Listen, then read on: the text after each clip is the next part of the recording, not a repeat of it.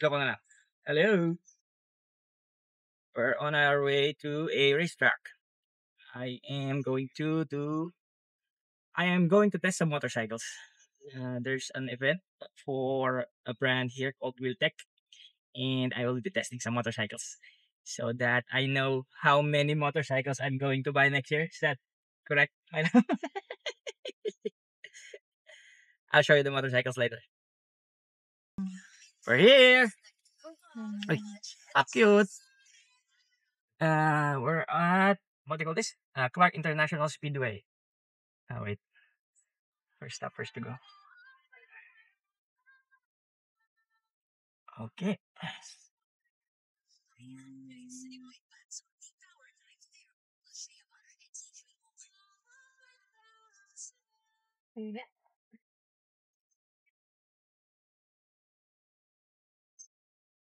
Sa Wheeltech, Padak 4344 kami.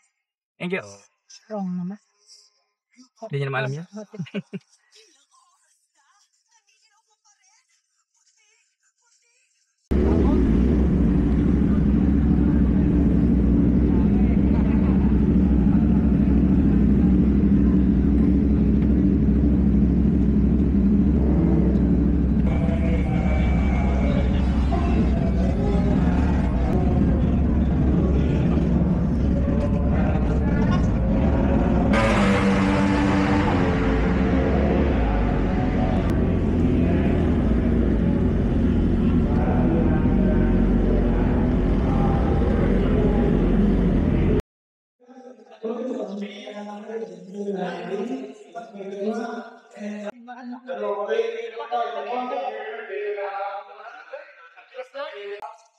Sir!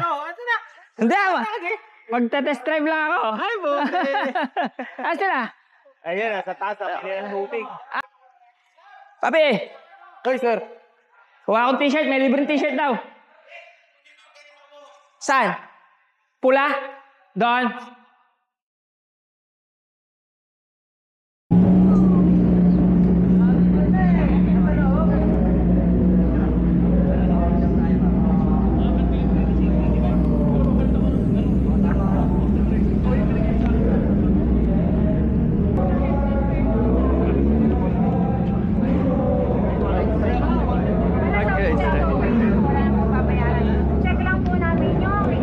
Naka-register po ako online?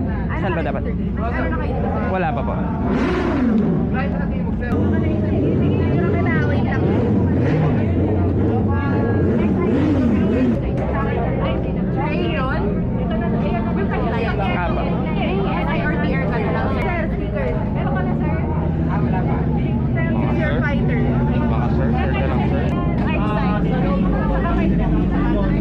Dito na ako, Denise.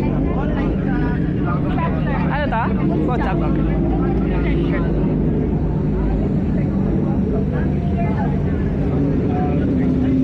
Ano tayo?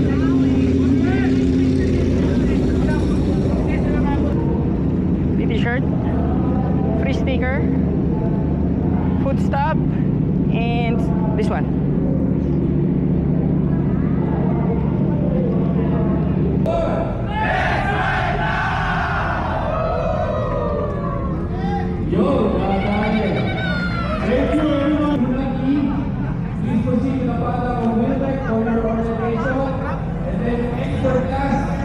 Solo 16 tayo lang yung pala.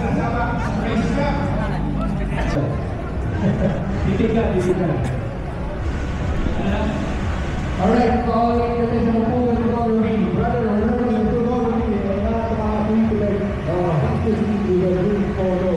Brother, ito na lang ito mga sa amin. Hindi nyo na ito.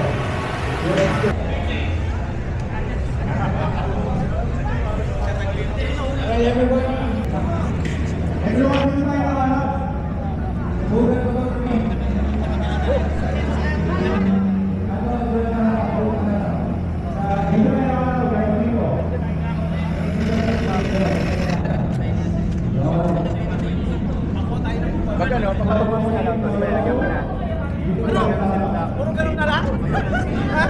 Bawal eh. Magte-test drive ako. Wala nang sir. Bawal mag-schooling muna daw ako eh. Bago ako mag-adjust message ko. Kasama ko. Pero, and then exit the pit lane. Hindi yung pag nandito ka sa main straight, mag-u-turn ka or mag-u-turn ka sa dulo. That's what we don't want to see. Entry lang po yan, hindi po tayo mag-u-turn po dyan. U-turn, one full session, one full lap, come in the pit and then see me. No? Para I can tell you what's going on. Okay? Hindi naman ibig sabihin, salbahin ka o mali ginagawa mo.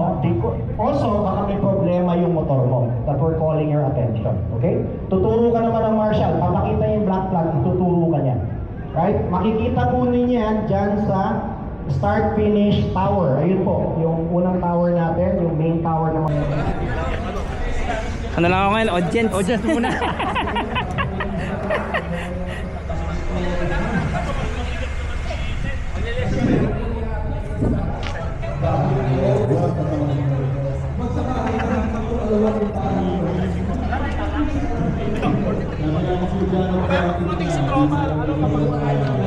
Look at this one. This one has a very nice colorway. Nice. Nice. Freaking beautiful.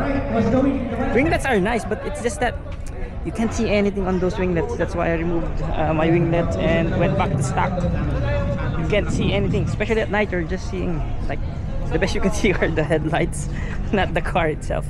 This one is a nice colorway as well. Yep.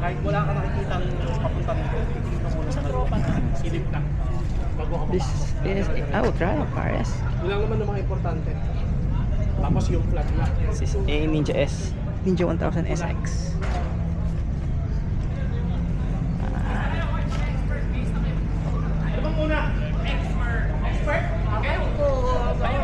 Sige, pwede.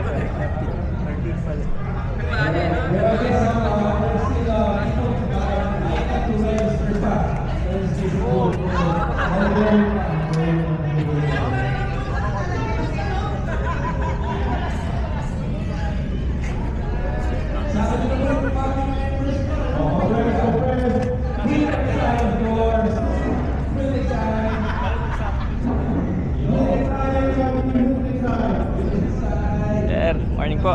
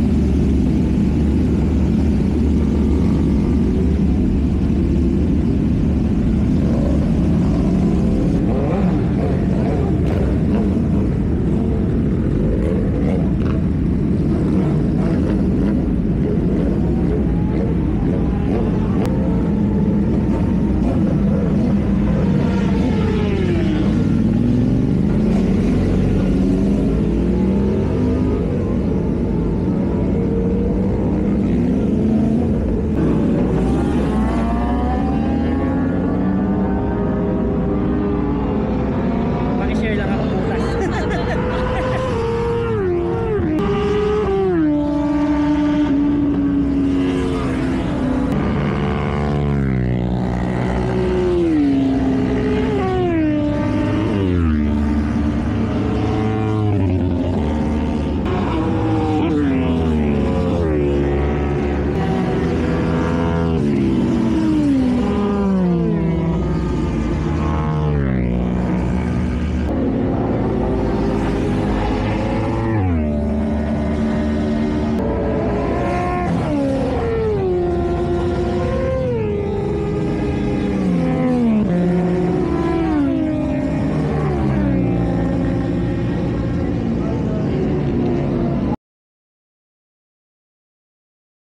We are going home. I didn't end up testing any units.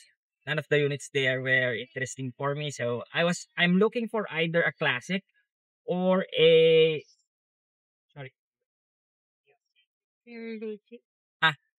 I'm looking for either a classic bike or sports touring. Because for the track bike, I'm planning just to buy a secondhand unit because it's better that way. I've read online and asked some better to buy a secondhand unit. Some maybe some maybe a unit that's like 3 to 5 years old, so it's cheaper. Anyway, we're just gonna use it on track. And I'm looking for a main bike that I will use for long drives. There was one adventure bike there, but it's too high. I'm only 5'5", so I have limited options when it comes to motorcycles. Uh, but someday, right now I'm not at skill level where I can maneuver tall bikes. So I'm looking for classics and sports touring. So yeah, we're going home. Bye. Bye bye. Bye.